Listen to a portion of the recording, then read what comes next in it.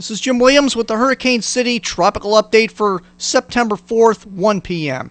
This is the Confederation Bridge in Nova Scotia. They're currently being affected by Tropical Storm Earl, as the system came in this morning as a borderline tropical storm Category 1. Now, the Canadian Hurricane Center is indicating they believe it was a Category 1. Every observation I could find in Nova Scotia, including buoys offshore, showed no winds no more than 65 miles an hour. So it'll be interesting to see how this gets classified in the end for Nova Scotia. But everything we're hearing is basic, what you would expect from a tropical storm. Trees down, power outages, over 100,000 without power in Nova Scotia.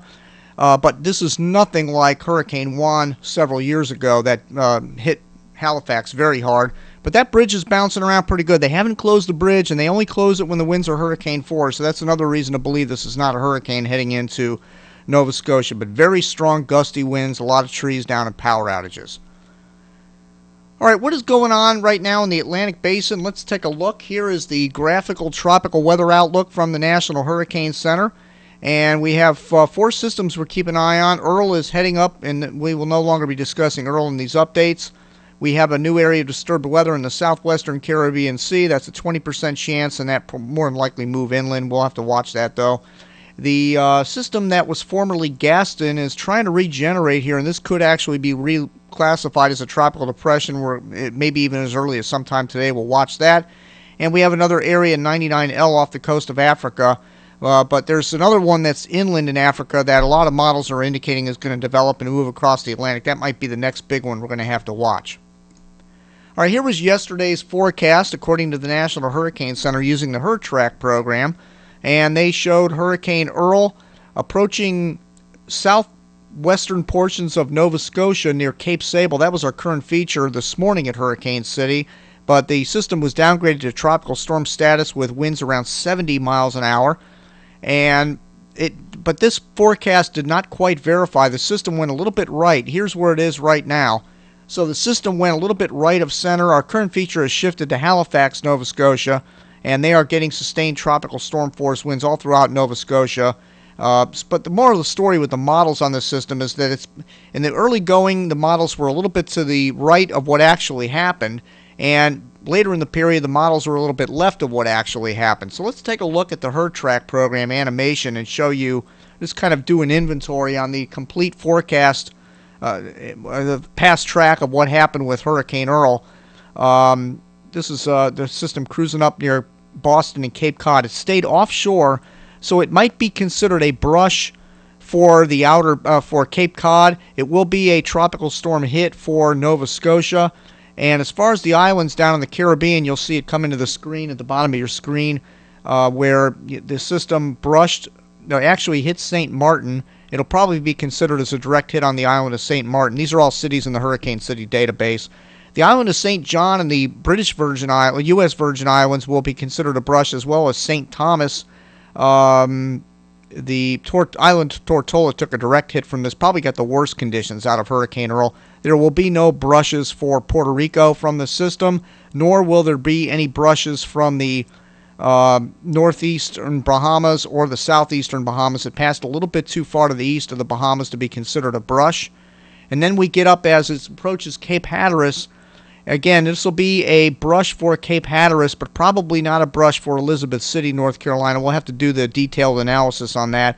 None of the northeastern cities will be considered a brush for this, except for Cape Cod, and then, of course, Nova Scotia get hit. So that's where it stands. We'll do the research on this and add it to the cities in the Hurricane City database. All right, here's what else is going on in the tropics. This is a visible shot. And you can clearly see that we have rotation out here from Gaston.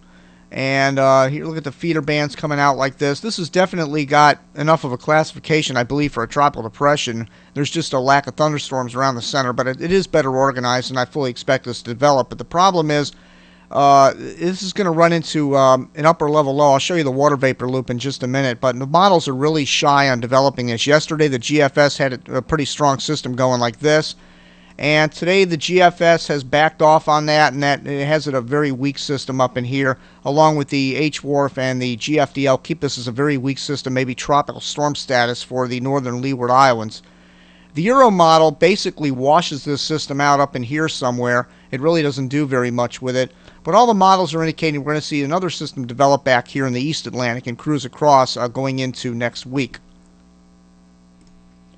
And here is that system that we're going to watch come across. All the models right now are indicating this system right here over Africa is going to come out here and develop and become quite a significant system as it moves across the Atlantic. So this next 2 weeks here will be the final chances for any Cape Verde systems to make it all the way across, because once you get into the 3rd or 4th week of September, it's very difficult for systems to make it all the way across the Atlantic.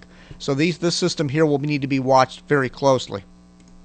I want to take one more look at Earl as it exits stage right, and here it is moving into Nova Scotia. I do not believe again that this was a hurricane, and the National Hurricane Center did not confirm it as a hurricane, but the Canadian Hurricane Center is insisting this was a hurricane when it moved into Nova Scotia, even though there's no winds to support that. The pressure, yes, but you can't base a storm based on pressure. You have to go by the wind speeds that are actually recorded.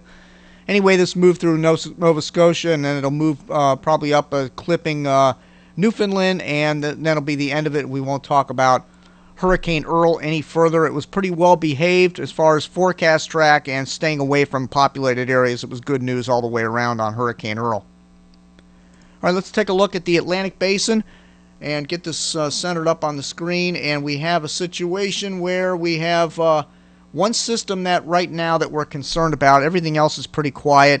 And again, this system in the Gulf, we're not really expecting very much out of this. But here is former Gaston right here. But notice out in front of it, we have a trough of low pressure, an upper level low that's kind of moving in tandem with this. Now, if it moves in tandem with it, this could still go ahead and develop. If Gaston runs into this upper low or catches up to it, it's going to get shredded. And I think that's what some of the models are indicating. Also, if we put this in motion, we'll see there's another upper level trough moving to the south that may reinforce the upper level wind shear, and that's this upper level low right now is moving in this general direction. So Gaston is going to have a rough time ahead developing due to the shear and upper level lows and troughs out in front of it. But we'll see if it survives. The models do hold on to it as a weak system, but again, all eyes are going to be in the eastern Atlantic going into next week.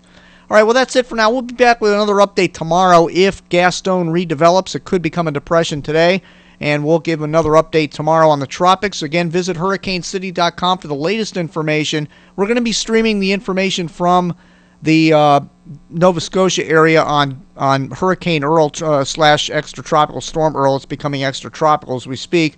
From the radio from the affected areas, because there is quite a bit of trees down and power outages and people need information. We'll have that up at hurricanecity.tv for the next few hours, and then we'll go back to our regular looping DVDs and CDs at hurricanecity.tv. That's it for now. Thank you again for visiting Hurricane City.